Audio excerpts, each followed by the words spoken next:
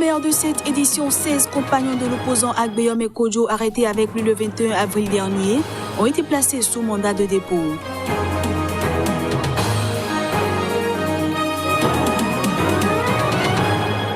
Les avocats de l'ancien président de l'Assemblée nationale ivoirienne Guillaume Soro ont demandé ce dimanche le report de l'audience qui doit se tenir mardi au tribunal correctionnel d'Abidjan.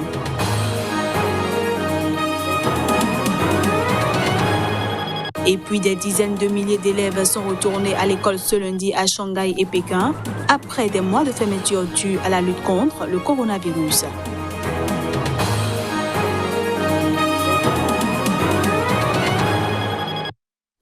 Bienvenue à toutes et à tous et merci de prendre une fois encore le rendez-vous de l'information sur Sika TV.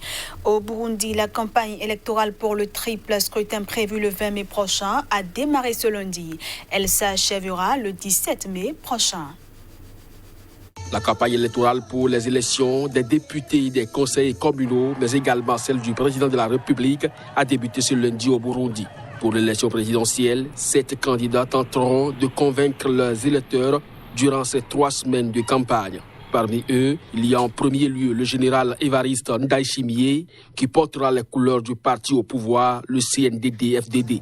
Il est le dauphin de Pierre Nkurunziza, l'actuel chef de l'État, qui ne se représente pas. Il affrontera notamment celui qui est présenté comme le principal opposant, Agathon Rwasa, meneur du nouveau Conseil national pour la liberté, le CNL, agréé il y a un peu plus d'1 an. Chacun des 7 candidats retenus et leur équipe devront s'exprimer chaque jour entre 6h et 18h. La série qui fixe le cadre de cette campagne, qui doit s'achever le 17 mai prochain, a précisé dans un décret que toute propagande en dehors de cette période est interdite.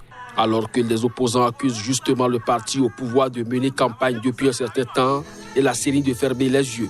De leur côté, les acteurs de la société civile sont déjà mobilisés. Dans un communiqué, ils invitent les autorités à garantir la sécurité de toute la population en cette période électorale où les opposants sont régulièrement menacés, ainsi qu'à respecter scrupuleusement les droits électoraux des candidats et des électeurs. À noter que cette campagne se déroulera sous la menace du coronavirus.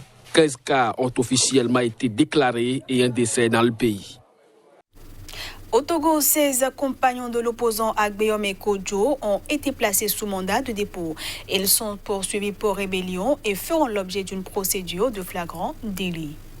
Sur les 34 compagnons de l'opposant Agbeom Ekodjo qui ont comparu ce samedi devant le parquet, 18 ont recouvré leur liberté et 16 sont déposés à la prison civile de Lomé. Ils pourront être situés sur leur sort mardi prochain. Embarqués le 21 avril dernier au moment de l'interpellation d'Agbeom Ekodjo, ils sont poursuivis pour rébellion et feront l'objet d'une procédure de flagrant délit. Selon un proche du dossier, toutes ces personnes ont été surprises au moment où elles commettaient l'acte qui leur est reproché. Certains parmi eux auraient opposé une résistance aux forces de l'ordre au moment de leur arrestation, ce qui, aux yeux du juge, constitue l'acte de rébellion. Arrivé deuxième à la présidentielle de février dernier, derrière le sortant Faure Gnassingbé et arrêté mardi à son domicile, l'opposant togolais Agbeom Ekodjo a été libéré ce vendredi soir et placé sous contrôle judiciaire.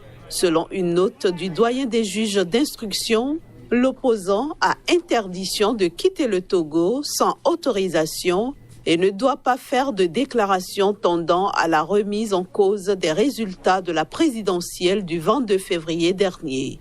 Il est également interdit de tout propos, déclaration ou attitude tendant à remettre en cause et à saper l'ordre constitutionnel et institutionnel. Les avocats de Guillaume Soro ont demandé ce dimanche aux autorités ivoiriennes de respecter la décision de la Cour africaine et de suspendre son procès. Cette demande intervient alors que l'ancien président de l'Assemblée nationale devrait être jugé mardi au tribunal correctionnel d'Abidjan. L'ex-leader de la rébellion, accusé par l'État ivoirien de tentatives d'atteinte à l'autorité de l'État, détournement de biens publics et blanchiment, fait l'objet d'un mandat d'arrêt international depuis le 23 décembre dernier.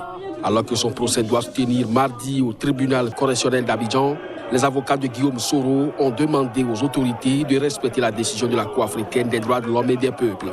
Cette dernière a en effet exigé la semaine dernière de l'État ivoirien qu'il suspende ce mandat d'arrêt. Dans le communiqué, les conseils juridiques de l'ex-président de l'Assemblée nationale et candidat déclaré à la présidentielle d'octobre prochain ont demandé que le procès, qui doit se pencher sur une partie des accusations que l'intéressé a toujours rejetées, soit suspendu. Ils estiment que cette audience n'a qu'un seul objectif, rendre leur client inéligible, tout en précisant que la procédure viole toutes les règles de droit et donc qu'ils n'assisteront pas au procès. Mais pour les avocats de l'État ivoirien, la décision de la Cour africaine n'est que provisoire et n'empêche pas la tenue de l'audience, et ce, bien que la Cour a donné 30 jours aux autorités pour exécuter son arrêt. Ce journal se poursuit. Les combats continuent en Libye entre le gouvernement d'union nationale et les troupes du maréchal Khalifa Haftar malgré l'épidémie du Covid-19. Ce week-end, plusieurs pays d'Europe, saisissant l'occasion du Ramadan, ont appelé à une trêve humanitaire. En Libye, le conflit se poursuit avec la même intensité et les développements des dernières semaines suscitent des inquiétudes accrues, en particulier pour la population libyenne qui souffre depuis trop longtemps. L'avènement du coronavirus n'y a rien changé, le Ramadan non plus. Face à la situation, l'Allemagne, la France, l'Italie et le haut représentant de l'Union européenne appellent l'ensemble des acteurs libyens à s'inspirer de l'esprit du Ramadan, à s'engager dans une reprise des discussions sur un véritable cessez-le-feu et à unir leurs efforts face à l'ennemi commun que représente le risque de l'extension de la pandémie de coronavirus dans l'intérêt de l'ensemble du pays. La Libye est déchirée par une lutte de pouvoir entre Khalifa Haftar, homme fort de l'Est libyen, et le gouvernement d'union nationale basé à Tripoli et soutenu par l'ONU. Le maréchal Haftar tente depuis un an de s'emparer de Tripoli et le conflit a fait jusqu'ici des centaines de morts, dont des dizaines de civils, ainsi que plus de 200 000 déplacés. La mission d'appui de l'ONU en Libye a récemment dénoncé une escalade dans les violences en Libye, dont des actes de représailles dans des villes de l'ouest du pays, conquises par les forces du gouvernement d'union nationale.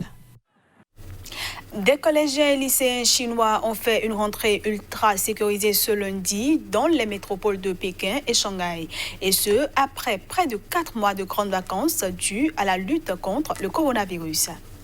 Le personnel des écoles désinfecte les établissements de Wuhan afin de préparer la reprise des cours pour les élèves de terminale le 6 mai prochain. Mais en attendant cette date, des dizaines de milliers d'élèves sont retournés à l'école ce lundi à Shanghai et Pékin après des mois de fermeture dus à la lutte contre le coronavirus. Selon le ministère de l'Éducation, une prise de température est imposée à chaque élève dans tout le pays.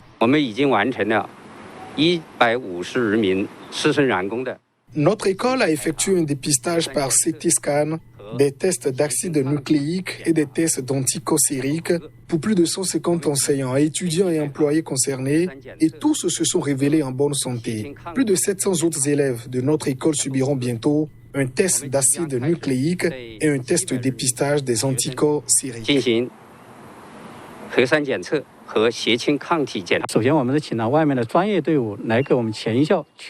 On a engagé des équipes professionnelles pour désinfecter entièrement notre campus. On a aussi élaboré un plan consistant à désinfecter la cantine scolaire 3 fois par jour, avant et après les repas. Les salles de classe seront désinfectées 2 fois par jour, à midi et le soir. Les autorités éducatives enverront une équipe d'inspection spéciale pour procéder à une évaluation professionnelle de notre travail de contrôle des épidémies. Alors que la majorité des écoles primaires et des universités demeurent fermées, le ministère de la Santé a recommandé de limiter à 2h30 par jour les cours en ligne pour protéger la vue des élèves les plus jeunes et pas plus de 20 minutes de suite. Premier pays touché par le Covid-19, la Chine avait fermé toutes ses écoles fin janvier, juste avant le nouvel an lunaire, et les cours étaient depuis dispensés en ligne. Les provinces peu peuplées ont été les premières en mars à progressivement organiser leur rentrée. On retrouve à présent Landry Salanon pour la revue de presse Afrique.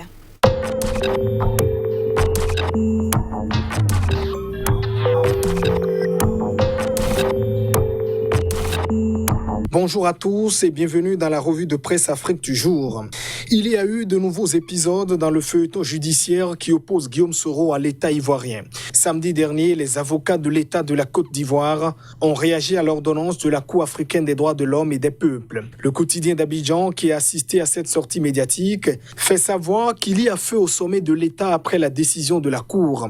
Le régime et ses avocats ne parlent plus le même langage, déduit le journal, qui révèle aussi les vraies raisons du procès contre Soro, qui s'ouvre demain, 28 mai, au tribunal d'Abidjan. Le Patriote, qui s'intéresse aussi à l'audience de ce mardi, livre quelques détails. L'ancien président de l'Assemblée nationale est poursuivi, entre autres, pour détournement de fonds et blanchiment. Le quotidien dévoile ce que risque Soro s'il était reconnu coupable des chefs de poursuite à son encontre. Au Cameroun, le président Paul Biya donne une suite à la reconnaissance par l'armée de sa responsabilité dans le massacre de Ngadou, village situé dans la région nord-ouest anglophone. Paul Biya sanctionne les militaires impliqués dans ces massacres. Le quotidien Épervier, qui rapporte l'information, écrit « Qui aime bien, châtie bien ». Au chapitre du coronavirus, les pays africains n'attendent plus l'Organisation mondiale de la santé pour un vaccin ou un remède miracle. Après le Madagascar, c'est le Cameroun qui affirme avoir trouvé un remède contre le Covid-19.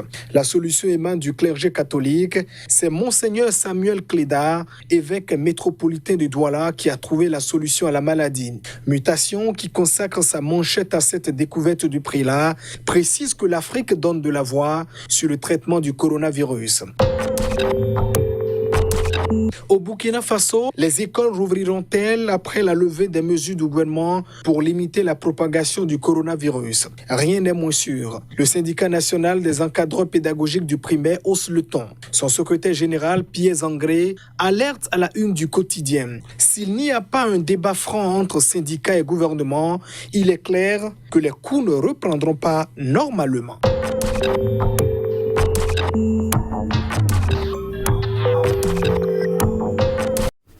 Et voilà, mesdames, messieurs, ce sera tout pour cette édition que je vous remercie d'avoir suivi.